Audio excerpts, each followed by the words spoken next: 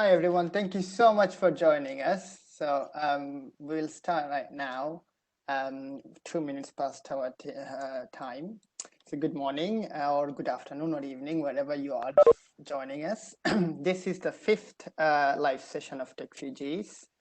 Techfugees is a global impact-driven organization. We work to empower displaced people through technology. We are a community of volunteers organizing events, running programs, building projects with and not just for refugees.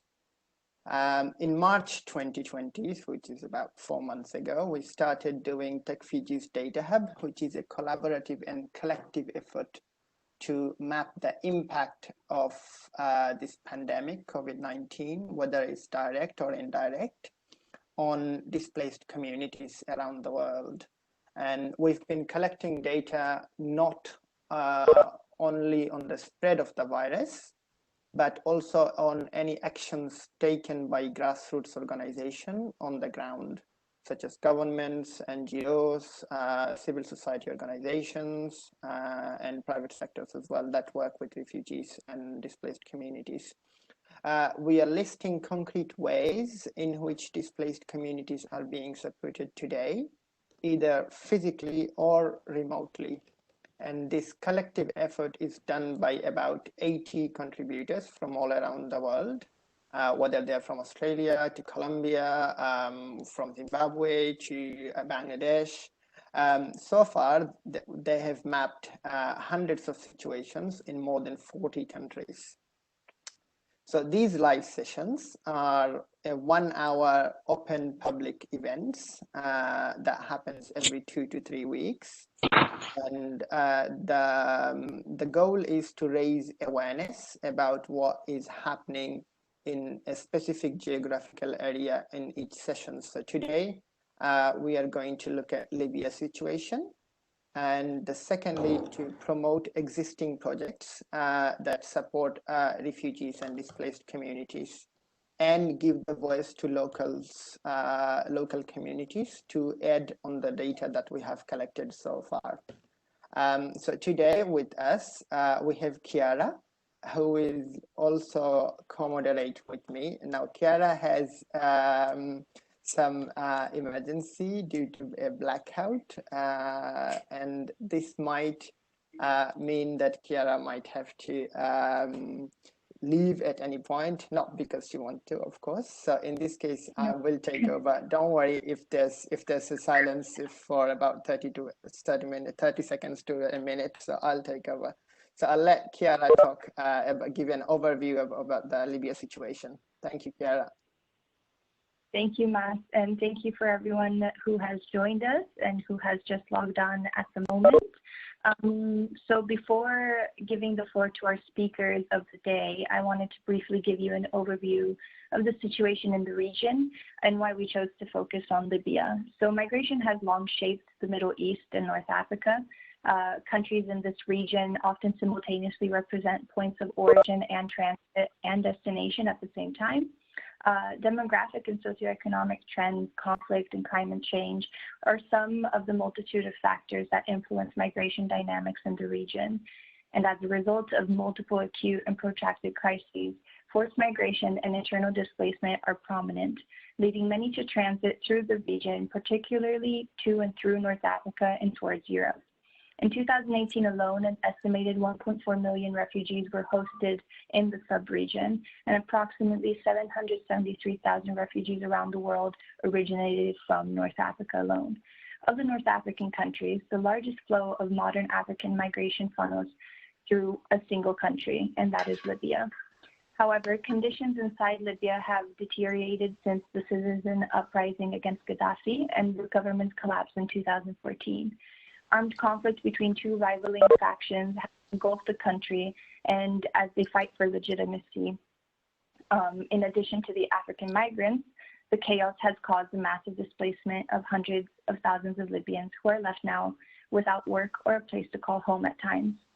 Across Libya, the protracted crisis, along with the socioeconomic impacts of COVID-19, are stretching the coping capacities and resilience of many people and organizations, including the more than 1 million people estimated to be in need of humanitarian assistance.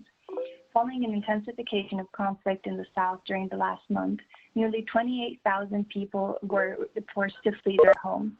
The total number of IDPs in Libya as of the end of June is 430,000. There are also nearly 626,000 migrants and refugees in Libya, many who face arbitrary detention, gender-based violence, forced labor, extortion, and exploitation. The number of people being held in state-run detention centers has nearly doubled in the last 2 months, with more than 2,300 migrants and refugees in these centers. The condition of detention centers is dire as a result of overcrowding, poor access to food, inadequate water and hygiene, and no actual possibilities for physical distancing. The presence of humanitarian organizations in these detention centers has also been reduced due to COVID-19 related movement restrictions and the escalation of the conflict. Moreover, migrants and refugees also continue to take risks to attempt to cross into Europe, and as a result of the current situation, the number of departures has increased, and with the lack of rescue missions in the central Mediterranean route, many of them have been intercepted and rescued and returned to Libya. As of the 26th of June, more than 5,000 refugees and migrants have been intercepted and at sea and returned to Libya. Thinks that I'm that close of a friend for them to talk to them about stuff. This is compared with 3,450 over the same period in 2019. Returnees are tendentially redistributed back to both official and unofficial detention centers, making it essentially impossible to track their movements and well-being.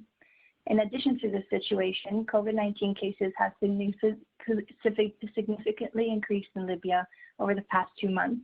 There are currently 2,176 confirmed cases, including 53 deaths, with cases increasing daily in Libya. The majority of these cases are found in the Matikas of Sebha, Tripoli, and Misrata, although cases are increasing in locations in eastern and central Libya as well. In response to increasing cases, additional curfews were announced, movements between cities were prohibited, most public events and gatherings were canceled, and non-essential shops were closed. However, fragmented governance in Libya has been a serious obstacle in effectively responding to the pandemic. Consequently, the humanitarian community has continued to monitor the socioeconomic impacts of COVID and the conflict on people's lives and livelihoods. So this is why we chose to look at Libya today. The combination of these multifaceted developments, an escalating armed conflict, the arrival of COVID-19 with a collapsing healthcare, and the reduction of humanitarian space available for organizations due to travel and security restrictions, is creating a crisis within a crisis in Libya and would ultimately become a humanitarian catastrophe if it was today who are trying their best to mitigate the impact the situation has had on themselves, their organizations, and the refugees and migrants found in Libya and internally displaced Libyans. So today our speakers will allow us to dive deeper into this situation. So without further ado, I'd like to present to you our speakers. We will be starting off with a presentation from Dax Bennett. Dax is the country director for the Norwegian Refugee Council's mission in Libya, a role he has served in for more than a year. And NRC began operations in Libya in 2017 and has continued to scale up its operational presence across the country since then. Dax will then be followed by Parul, Mehra, and her colleague Fatma ELBSHARE from the International Organization for Migration in Libya. Parul is the program officer for the Labor Mobility and Human Development Division, and Fatma is the project support assistant on this division. Finally, we are joined by Giuseppe Caccia, who is the head of onshore operations for Mediterranea Saving Humans, which is an organization that conducts search and rescue missions in the central Mediterranean route between Libya and Europe. So today's format will be the following. Each of these speakers will provide around about a 9-minute presentation. These presentations will be followed by a 5-minute Q&A to give an overview of the current situation and feature guests who work with refugees in Libya. That will then, once we're done with all 3 presentations, we will have a Q&A from the audience for all the speakers. Please post your questions in the chat on Cisco and Facebook Live, and then we'll have them read out at the end if we haven't covered them already in the presentations and the short Q&As. We'll try our best to answer all the questions. We would also like to disclaim that the views expressed by our speakers in this discussion are their own and not necessarily those of the organizations they represent. So the conversation can also keep going online afterwards in our Facebook group. So with that, I'd like to present Dax Bennett. Dax will be giving us a national overview of the situation in Libya, diving in more depth into what I have given you very briefly, the issues organizations are facing, and the ways in which organizations such as the Norwegian Refugee Council are adapting to the situation. Dax is currently the country director for the Norwegian Refugee Council in Libya, as I've mentioned, and they're working to provide education, shelter, non-food items, water and sanitation, legal assistance, support to these affected communities throughout Tripoli and Benghazi. Dax has 8 years of humanitarian field experience working in conflict and displacement affecting countries, including Egypt, Yemen, Iraq, and Jordan, as well as Libya. So with that, I will give the floor to Dax and his presentation.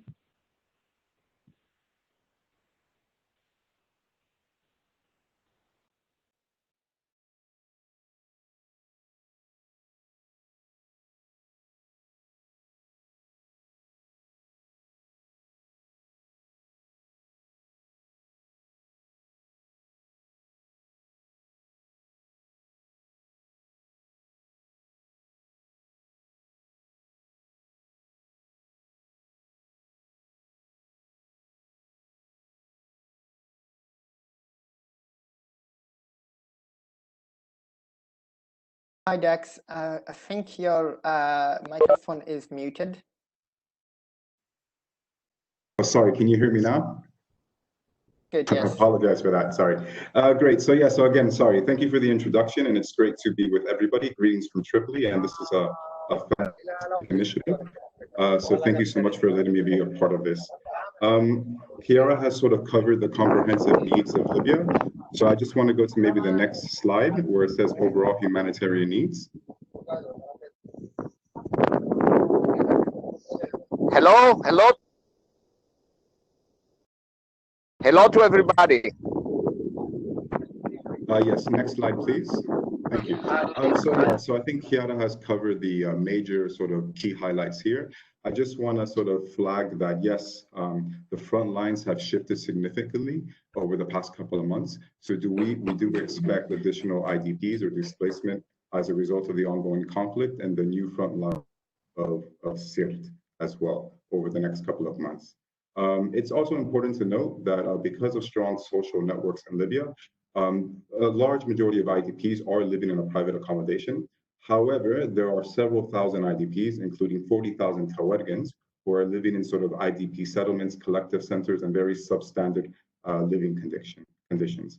And even though some IDPs or a high percentage of IDPs are able to rent private accommodation, these sort of lease agreements are quite informal. And because of COVID, because of 9 years of protracted conflict, there is a very high risk of eviction as well.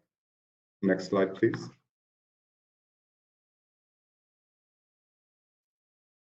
As mentioned in sort of the, or as highlighted in the introduction, the sort of the large makeup of sort of the non-Libyan vulnerable population in Libya is refugees, asylum seekers, and migrants. It's important to note that Libya does not have a formal refugee protection system. UNHCR does register asylum seekers or refugees, and this is limited to 9 nationalities with a pre-agreement of the government. There are 2 types of sort of migrants in Libya, those that are legally present and those who have sort of have some sort of work permit or a valid residency. But it's important to note that according to Libyan law, there is no difference. Refugees, asylum seekers, and migrants are treated exactly the same. However, one of the key benefits of sort of the registration card that UNHCR provides, it provides direct referrals to these individuals to access medical services.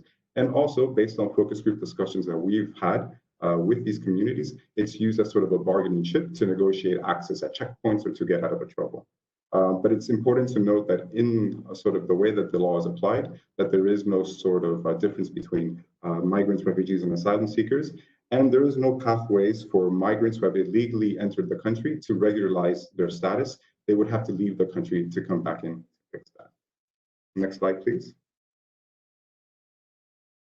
So in addition to sort of the 9 years of conflict and how the impact this has had on vulnerable communities in Libya, Libya is also now engulfed in sort of the COVID-19 crisis. As of yesterday, a sort of quick update to this presentation, there's around 2,314 confirmed cases in Libya, and cases are sort of increasingly rising, specifically in sort of more densely populated areas like the capital, Tripoli, where we've seen sort of huge increases as well. The other sort of key impact that I want to mention here is that the COVID-19 crisis has had a huge impact on access and movement restrictions.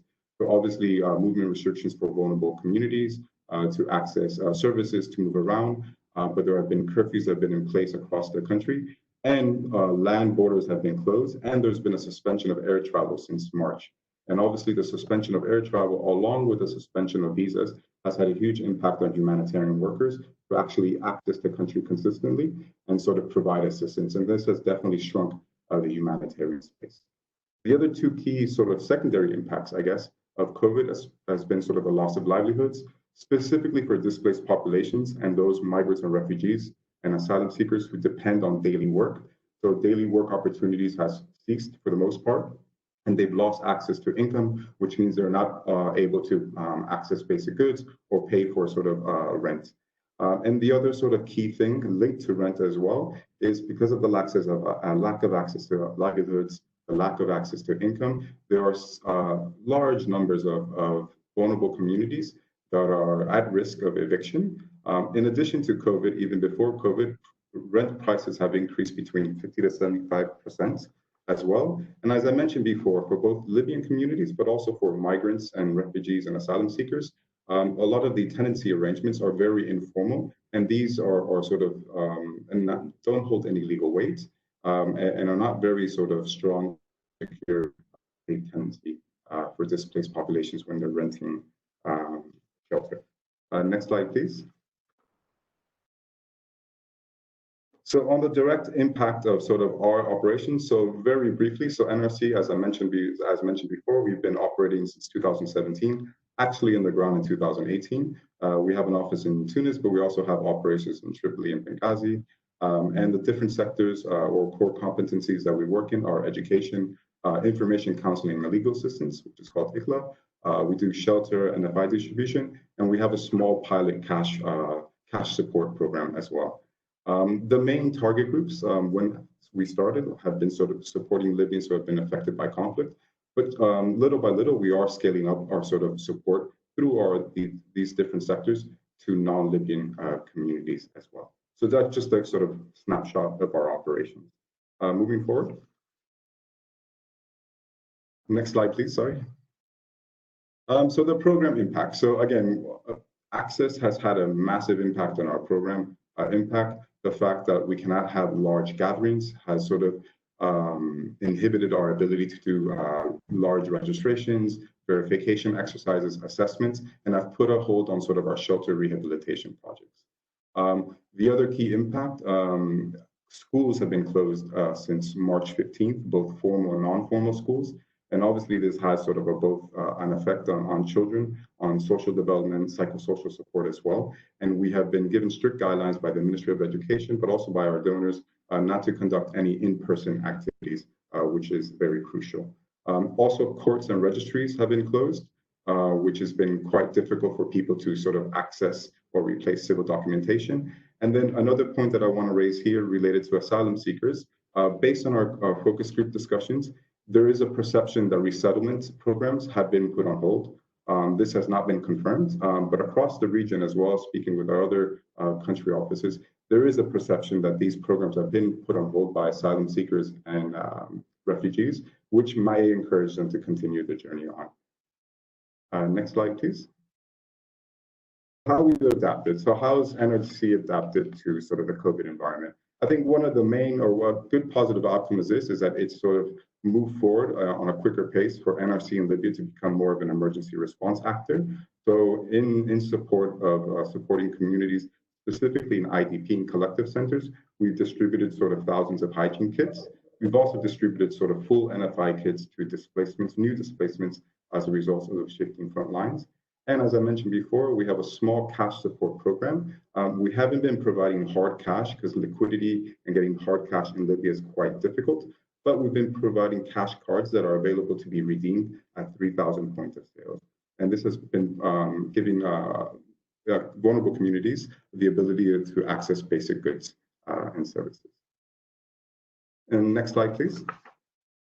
So on our information, counseling, and legal assistance program, given the sort of the restriction on movements again, and that we cannot have large gatherings to provide information on different services, we've transitioned our entire ICLA program, or most of it, sorry, on WhatsApp and Viber. So we've been providing information on services where people can access legal services, how they can sort of ensure that they can register key life events like births, deaths, marriages, so they don't face any protection risks down the road. And then we've been sort of working also through using phones to provide one-on-one legal counseling and also mediating in any sort of eviction dispute. Next slide, please. And then education. Again, as I mentioned before, so pre-COVID, all our education activities were being conducted in person. We provide non-formal education, we provide psychosocial support, we provide basic literacy and numeracy classes. And given that schools have been closed for both formal and non-formal schools, we've had to transition all our sort of education activities for the most part to online modalities. So what we've done is that through our volunteer teachers, we've developed sort of short videos, and this has evolved over the past couple of months. Videos are done in Arabic, English, and French, and these videos are developed by our volunteer teachers who have sort of small classes, groups of 10 children, and the videos are shared through WhatsApp, through Viber, through text messaging. And then this also allows children to sort of take in the lessons, and they're also able to engage with their teachers and with other learners on these WhatsApp groups by sending videos of how they're taking in the lessons. In addition to sort of these videos on basic literacy, numeracy, and psychosocial support, we've also set up adolescent girls clubs on private Facebook groups. We reached around 200 girls between the ages of 12 and 17. And these private groups also allow sort of a safe forum for girls of the same age to discuss issues and sort of fears of conflict, but also because of COVID-19 and share their experiences. We've also been approached by sort of the Ministry of Education. They've sort of been quite happy with our distance and our remote learning approach, and they've asked us moving forward to continue to invest in this modality and also to train formal teachers as well. I also wanted to note that obviously not everybody or not all vulnerable communities in Libya have access or consistent access to internet. So we have been providing sort of paper learning material in sort of IDP or collective centers for those communities who are not able to access their learning materials online. And then if we have some time, just the last slide is just a sort of a condensed version of one of our English classes to one of our students.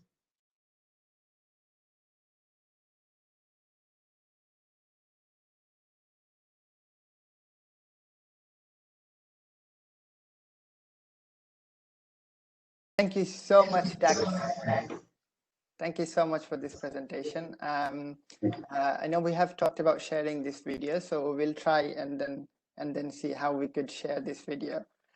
So now we would just go to Q&A with Dax. If you have any questions from your part, do let us know. Either if you're watching us on Facebook Live, you can post a comment, or you can also, if you're watching on Cisco WebEx, you can put your questions on the chat. So I have a question for you, Dax. How has the situation so far, since the beginning of this sanitary crisis, how has the situation changed for displaced persons? And we also have a question from the audience. How are you securing the communication channels on WhatsApp and on other channels that you are using? Yeah, so for the first question on sort of the, it's had a massive impact. Again, I think one of the main impacts has been the movement restrictions, the curfews, the inability for groups to sort of travel between cities. And then also the other impact is sort of the loss of livelihood for a lot of vulnerable communities and access to income because of loss of daily work, because stores and restaurants have been closed and other sources of livelihood as well.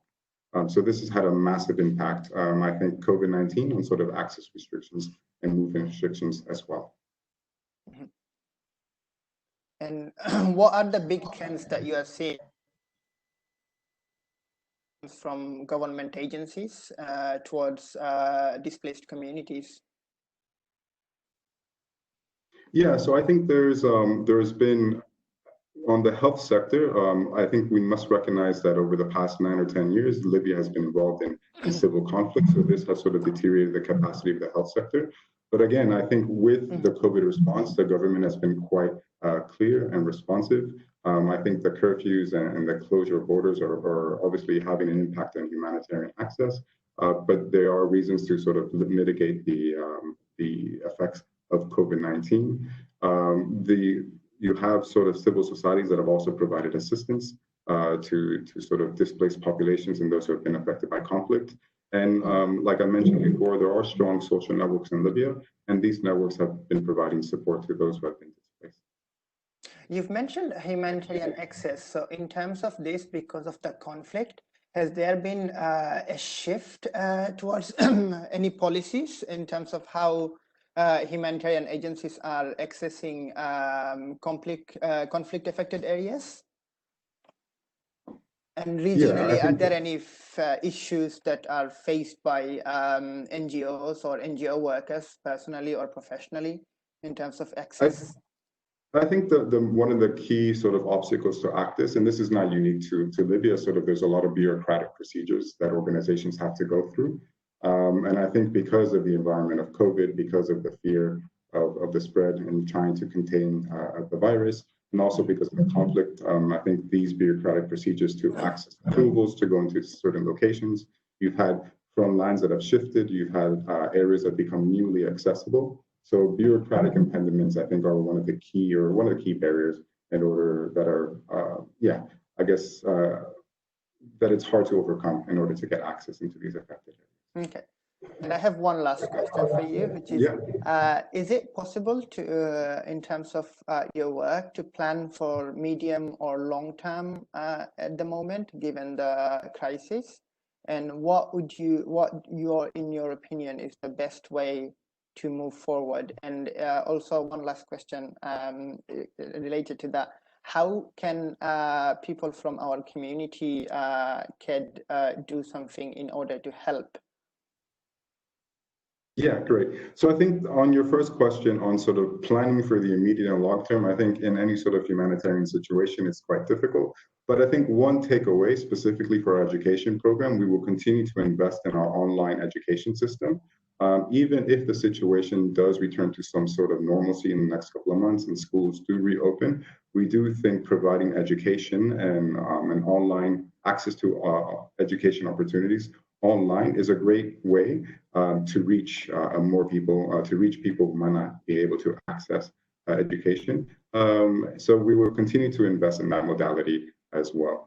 And then, if the community wants to sort of contribute not only to the humanitarian mission of NRC in Libya, but to sort of our global operation, our website, nsc.no, is a good way that you can find out a bit about information and how you can sort of contribute to that.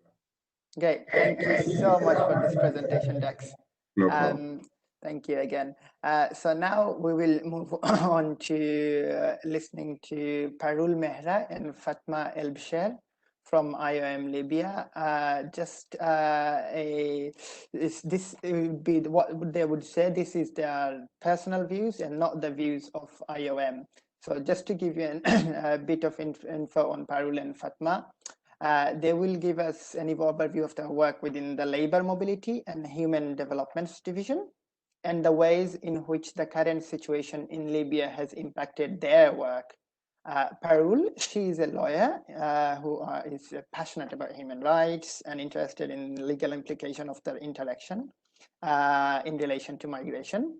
She is a program officer for Libya's Labor Mobility and Human Development Unit. She is involved in assessing the socio-economic impact of COVID-19 on the mobile populations in Libya. She also facilitates negotiation of channels for regular migration between Libya and other countries of origin in compliance with international legal standards. And Fatma, she is an engineer and believes in the use of technology for innovation and international development work, especially in complex settings such as Libya, as we've heard from Chiara before. She is the project support assistant for IOM's Libya's LHD unit in Benghazi. She provides on-ground support and technical guidance to local civil society and private sector partners, mainly in implementation of livelihood, social cohesion related activities, while ensuring these are inclusive, gender sensitive, and accessible to most vulnerable groups in Libya. So thank you so much again, Parul and Fatma, for joining us. I will let you talk and introduce your work and how you're finding it is right now with the current situation. Thank you again for your participation. Thanks, Mas, for the floor, and also to Techfugees for organizing this wonderful initiative. I think this is a good way now that we're all stuck within homes and within the confines of our homes to really talk about these issues and sort of disseminate the knowledge in a more democratic manner. I'm joining with my colleague Fatma. I'm currently in Tunis while Fatma is in Benghazi. As Mas said, we work with the Labour Mobility and Human Development Division for the International Organization for Migration. And today we are basically going to talk about how within protracted conflict, COVID has further complexified the environment for work with populations on the move in Libya. Next slide, please. So just to provide an overview of the International Organization for Migration within Libya, IOM has a huge operation, the biggest within the Middle East and North Africa region in Libya, and we provide support for effective migration management to the government. We also disseminate information on migration to raise awareness about the benefits of migration to countries of destination, specifically Libya, and we work hard towards ensuring that the rights of migrants and displaced population, including internally displaced persons as well as refugees, are taken care of while an environment is created where they can contribute to a country's economic development. Next slide, please. So as Chiara and Dax mentioned, COVID hit Libya early March, and currently the cases are over 2,000.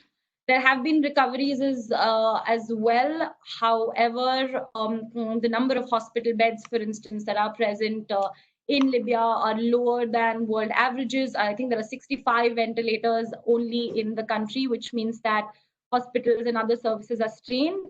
IOM has been on the forefront of providing direct relief to displaced and vulnerable populations in the country through shelter and non-food items, through assistance and access to COVID testing facilities.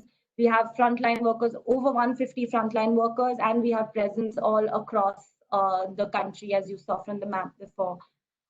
Next slide, please.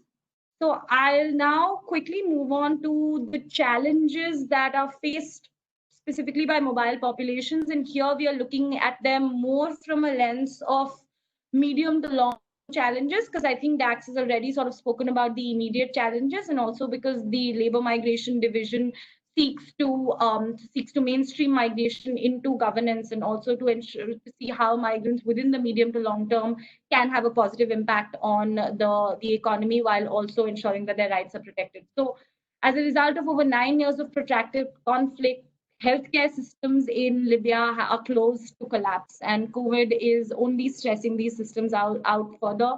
Lack of ventilators, lack of hospital beds is definitely causing an issue. Another crisis that Libya faces is the banking and the liquidity crisis, which is further exacerbated as a result of COVID. Not only was it already difficult to get cash or money to our partners in civil society organizations before COVID, but now there are lines and lines in front of banks, at least when the curfews hit, which doesn't really help with the spread of the virus.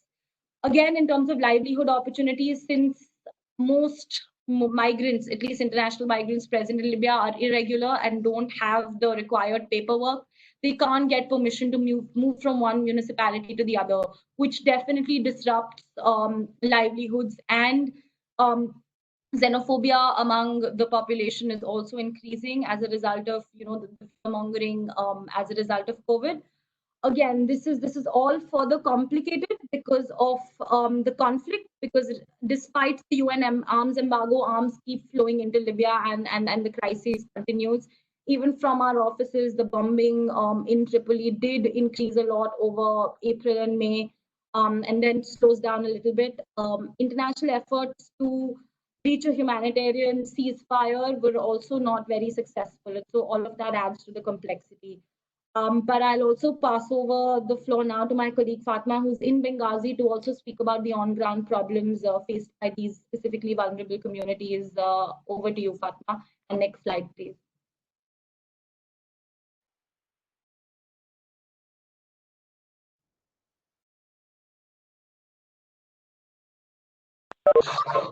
Fatma, we can't hear you. Can you hear me now? Yes. Yes. Okay, thank you so much, Parul, and many thanks to Techfugees for having us today. And yeah, to continue on the challenges faced by both Libyan citizens and vulnerable groups in Libya during these circumstances, I would say that conflicts and COVID, both in Libya, impacted the life on many fronts. What added to the suffer for both citizens and IDPs and other vulnerable groups. The education sector was one of the main sectors that was impacted by both COVID and conflicts. Recently, the study in universities and schools have been halted due to COVID. Also, the conflict impacted the infrastructure in the city and the country, what added to the suffer of the people inside Libya. Also, both conflicts and COVID added to the already existence economic crisis in Libya, what increased the number of underage marriage, and also the number of the number of cases of gender-based violence.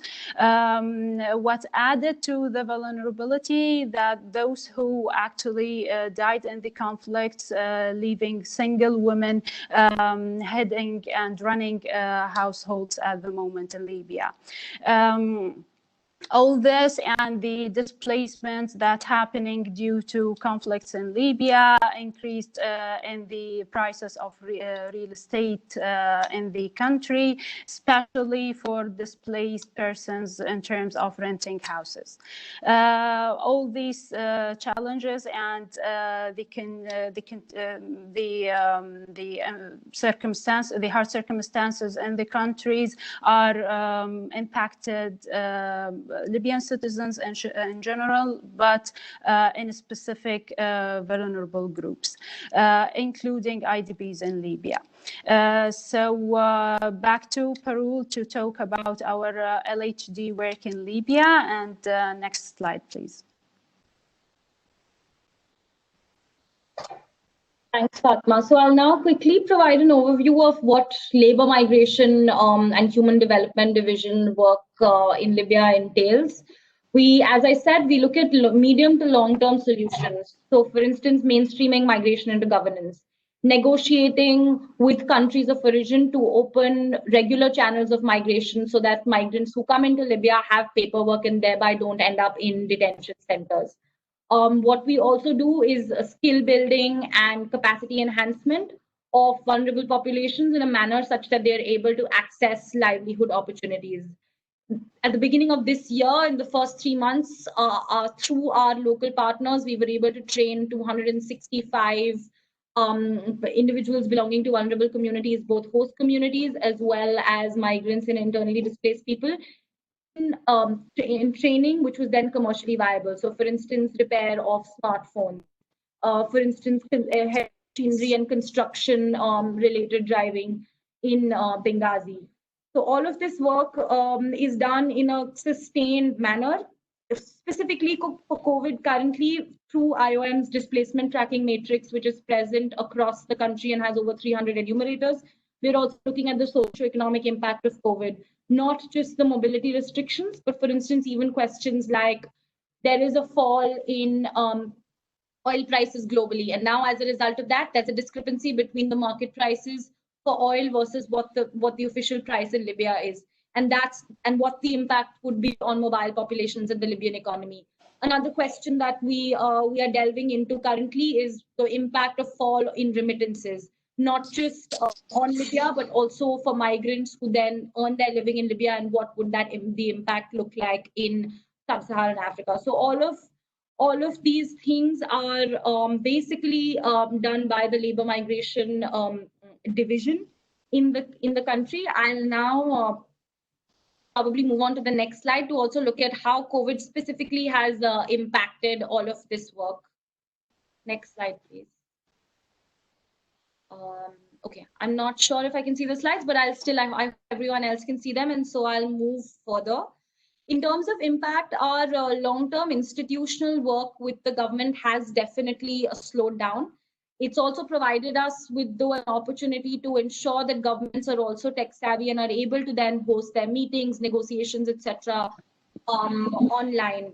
Although this is definitely taking a little bit of time. Specifically when it comes to work with on-ground partners like local civil society organizations and private sector partners, COVID and the mobility restrictions and the restrictions on human gathering have definitely had an adverse impact on work, but there have also been certain lessons learned. While I'll speak about the lessons learned in a little bit, I'll again pass the floor over to Fatma to talk about what she saw in her monitoring visits when these activities finally were able to take place with protections in place, and what happened when they weren't able to take place on ground, and what switches were made. So Fatma, over to you there. Thanks, Parul. Actually, COVID impacted our livelihood initiatives the most. We had two ongoing programs when COVID reached Libya, one in Sabha and another in Benghazi. Because of all the restrictions on human gatherings, the challenges of procuring all the program requirements, the continued power cuts, especially in Sabha and Tripoli, the poor internet connections. Of course, those are not new for Libya, but they definitely added to the suffer. But also our partners were able to adapt. For example, one of our partners that had a program that is ongoing in Sabha, they were able to change location to Wadi Utba due to the high confirmed COVID cases in Sabha. They were also trying to adapt in terms of developing online platforms that trainees could actually benefit from the materials online and offline by using them. Not to mention all the budgetary changes that happened to their programs that they were very flexible to adapt with in terms of the cost of the personal protection equipment and also the packaged food. All these things weren't in their original budgets, but they were flexible to adapt and do all the necessary changes. So yeah, COVID impacted all those livelihood programs the most, and also impacted all the upcoming programs in this term, because we had also 2 other projects to be implemented in Tripoli. So also our grassroots organization in Tripoli were able to adapt their work while prioritizing the protection of the participants. Over to Parul now to talk more in our adaptation measures while COVID. Thanks, Fatma. And I think this is the end of our presentation. Next slide, please. I'll just quickly talk about how we've adapted and what are the lessons learned moving forward. So I think overall lessons in digitization, both for administrative and substantive procedures, has happened. Adaptive programming in terms of not just requesting our own donors to make funds more fungible so that we can, program according to the complex situation, has happened across organizations. But one more sort of overall political change that we've seen is that decisions which would have taken years to come through within parliaments, within government bodies, within the UN, have now have been taken within days. So some very innovative solutions have come up. For instance, migrants, because we cannot deal with COVID without putting migrants within the fold of the healthcare system, whether they be irregular or regular. In Europe, in other countries across the world as well, what's happened is that healthcare has been provided quickly to these populations as well. And that in a non-COVID atmosphere or environment would have taken years and years to come through. So we really hope that now that these large leaps have been taken, we don't go back to a system where we are excluding these communities, just because one thing that COVID has taught us is that response can't be effective if not everyone is taken into account, and no one really can be left behind. There's more on, of course, our success stories, etc., but we'd like to hear more from the audience. What are their questions and how we can sort of best also tackle those issues. So over to you, Chiara or Mas. Thanks.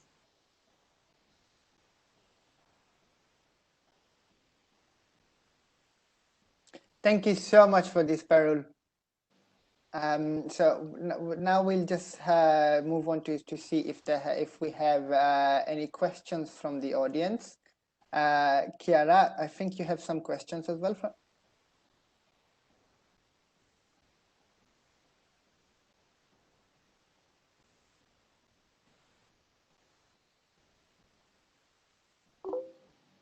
Moving. You can't hear me. Wait. Can you hear me now? Now I can. Now I can, yes. Okay. So sorry about that. So thank you for your presentation and for letting us know how your activities have been impacted and how you've answered to them. So we did have a question of if we could hear of any impact on refugees and asylum seekers in detention centers, and if there's any mobility issues with that. Thanks, Chiara, and very, very relevant question, given that detention centers are the ones that have been the most controversial in Libya and have received media from attention from international media as well.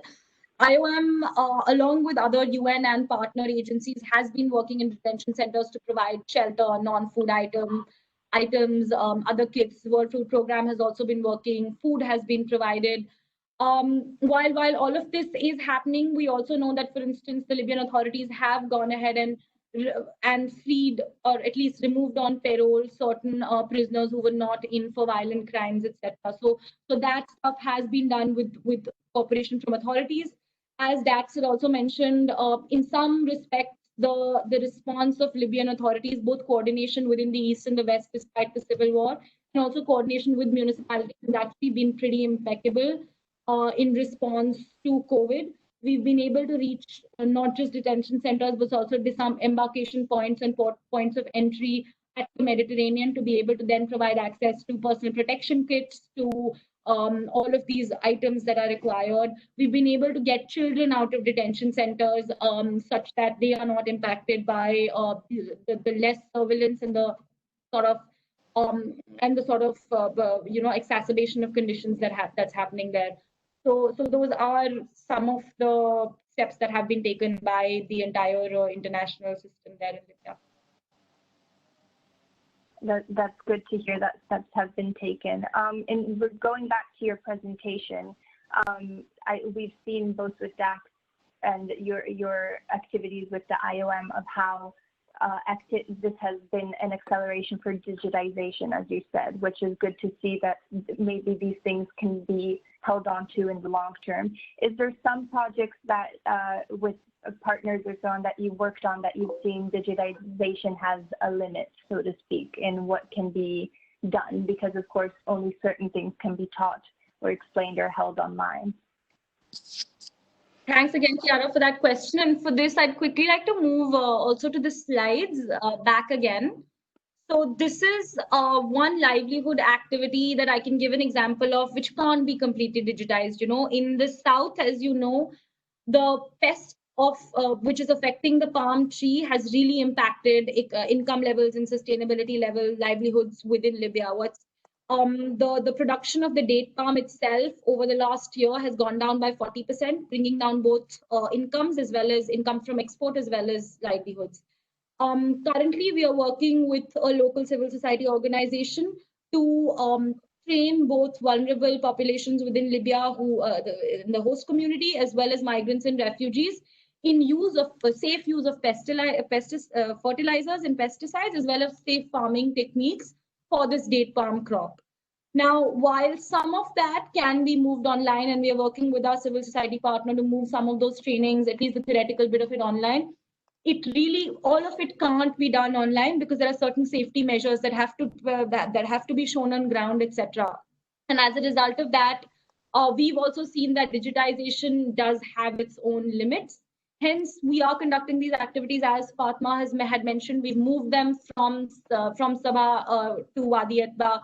We've provided personal protection equipment. We've been very, very flexible with our civil society organizations in terms of their budgets, in terms of how they can move from one budget line to the other, made funds more fungible. We've been adaptable, and we've sort of been with them in every stage of the process. So they've been able to do the trainings. In fact, just 2 weeks ago, the first training of trainers happened, and we are hoping to train over 300 individuals from vulnerable communities in this technique of palm tree pest control, such that then they can go all across Libya to not just deal with the pest itself, but also have an income when it's so important in COVID and what's happening. So that's basically an answer to your question. Over to you. Again, you can see pictures of our training on this slide. You can see social distancing is happening, but it went through. So I'm happy about that. And we'll make sure to share more about that in the later Q&A and in our socials afterwards, because those are really important initiatives. So thank you so much, Parul and Fatma. We're going to move on now to our final speaker, Giuseppe Caccia from Mediterranea. Giuseppe is joining us from Mare Jonio, the latest mission ship that's gone out and returned and is under maintenance. So Giuseppe will be giving us an overview of the situation in the central Mediterranean route, the ways in which the search and rescue missions for Mediterranea have had to adapt to the current situation, and how technology is used in these missions and the experiences of the refugees they've had on board. So over to you, Giuseppe. Hello. Hello, good afternoon to everybody. I'm talking to you from our Mare Jonio ship, which currently she is in the port of Augusta in Sicily for some maintenance works after our last mission, who lasted from the June 19th until July 1st. First of all, I would like to thank Techfugees for organizing this event, and in the same time, I would like to thank Dax, Parul, Fatma, and all the people intervening in this conversation for their great contribution. Just a few sentences to introduce what Mediterranea is. We are, for the moment, the first and only Italian-based organization for search and rescue activities in the Mediterranean, Central Mediterranean Sea. We were born in the summer 2018 as, let's say, a result of the ongoing campaign of criminalization of search and rescue activities. As you probably remember, between 2014 and 2017, there was a very significant cooperation between state authorities of Italy, Malta, and other European countries with the international NGOs active in rescue activities in Central Mediterranean. The situation, and let's say the atmosphere, significantly changed between 2017 and 2018, when first by some media, then by right-wing political parties, and then directly by some governments, there was a real campaign criminalizing the activities of non-governmental organizations in the Central Med. In front of this situation, and specifically in front of the Italian government policy of closing the Italian ports, the Italian airports, to the disembarkment activities of people, survivors rescued at sea, we decided to start Mediterranea Saving Humans as a Italian civil society platform.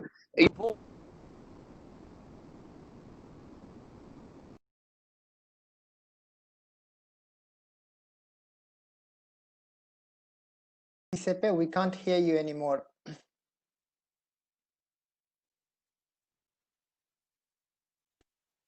I had an ongoing call that I closed, sorry, involving several single people and big and small organization of the Italian civil society in this project.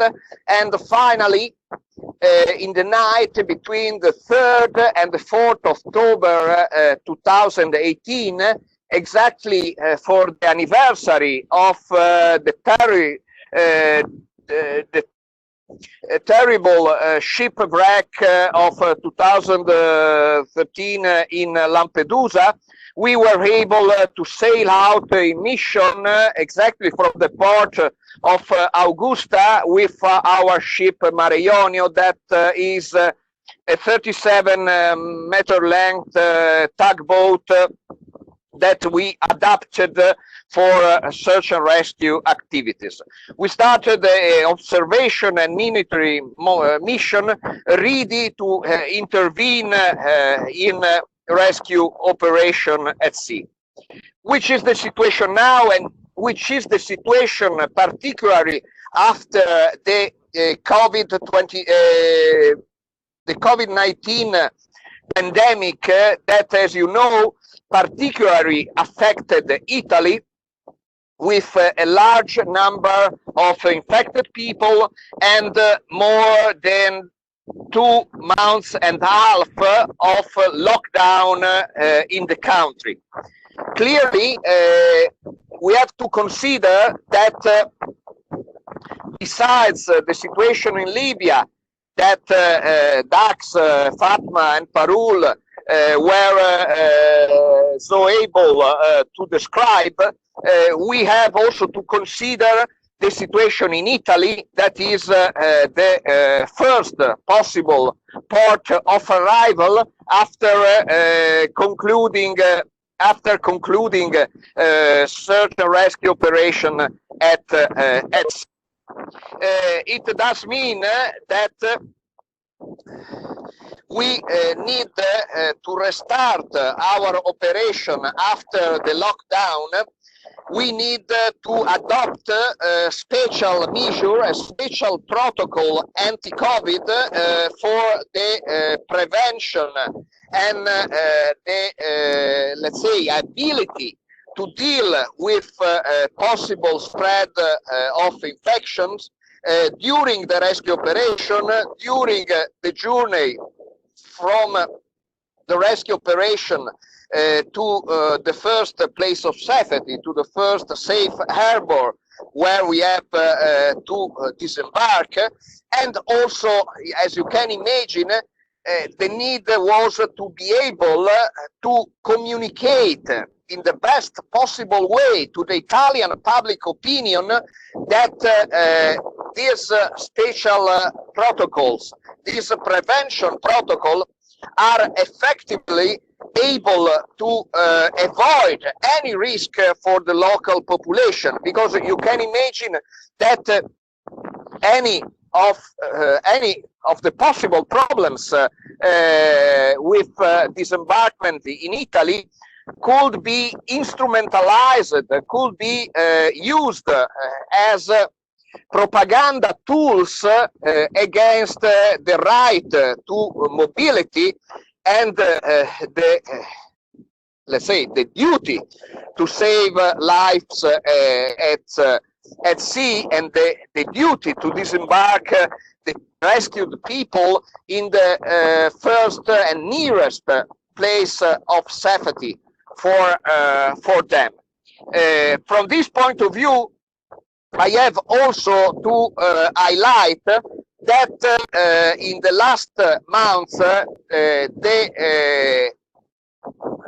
sanitary, the public health situation in Italy was also used by our government to justify as a real pretext some restrictive measures taken against the activity of international NGO. There is a decree signed by the government on April 7th, last April 7th, which states that international flag ships, so ship with no Italian flag, so all the other ships of NGOs, excluding our, because our ship is the only ship of European civil society having the Italian flag. The decree of the government excludes the possibility to disembark in Italy for ships having a different flag. And in the same time, some, let's say, pretextuous measures were adopted to stop this other ship. So this is the picture of the situation in this moment, and I'm happy to answer all your possible questions for the lot of points that I missed in my first presentation. Thank you so much for this presentation and sharing your experience with us, Giuseppe. We do have one question so far. How does alarm phone works with you? Are you in touch with them, and how are you in working with them? And also I've heard another question, which is, what are the experiences of refugees that you have had on board so far, and what are their primary needs, and as a project or as when they get on, what are their primary needs? Thank you, Mas. I have to say that just a few words to explain what the alarm phone is. I have to say that in these last years, the alarm phone is playing a crucial role in saving lives at sea in the central Mediterranean, but not only, also in western and eastern Mediterranean areas. Alarm phone is a network, a European-wide network, but not only. Also in North and Sub-Saharan Africa is a network of activists that in 2014 started to give the opportunity to have a phone number active 24 hours, 7 days a week, that is able to respond any call of distress coming from people on board of boats, normally by sat phones like Turaya, or by relatives, friends waiting for people in the mainland in Europe. I have to say that the most important role played and still playing by the Alan phone is to respond to a lack of institutional maritime authorities to respond to these distress calls. It means that often is the Alan phone able to pressure, to stimulate the maritime authorities, it means the coast guards of Malta and Italy, for example, to respond some distress call, and also, as you can imagine, to denounce this lack of ability, or better, of willing to respond the distress call by the maritime authorities of Malta and Italy. The last point that is crucial also from our point of view is that collecting this call, collecting these cases, and are several cases daily, the Alan phone is also able to denounce the permanent role by the so-called Libyan Coast Guard, paid by European Union and single national European governments like the Italian or the Maltese one, in a let's say systematical activity of violation of international law and convention, like the Geneva Convention that, as we all know, forbids the pushback of people, the deportation of people back in a country where their life and their basic rights, basic human rights are permanently at risk, as denounced also by the NRW, by the IOM, by the UNHCR.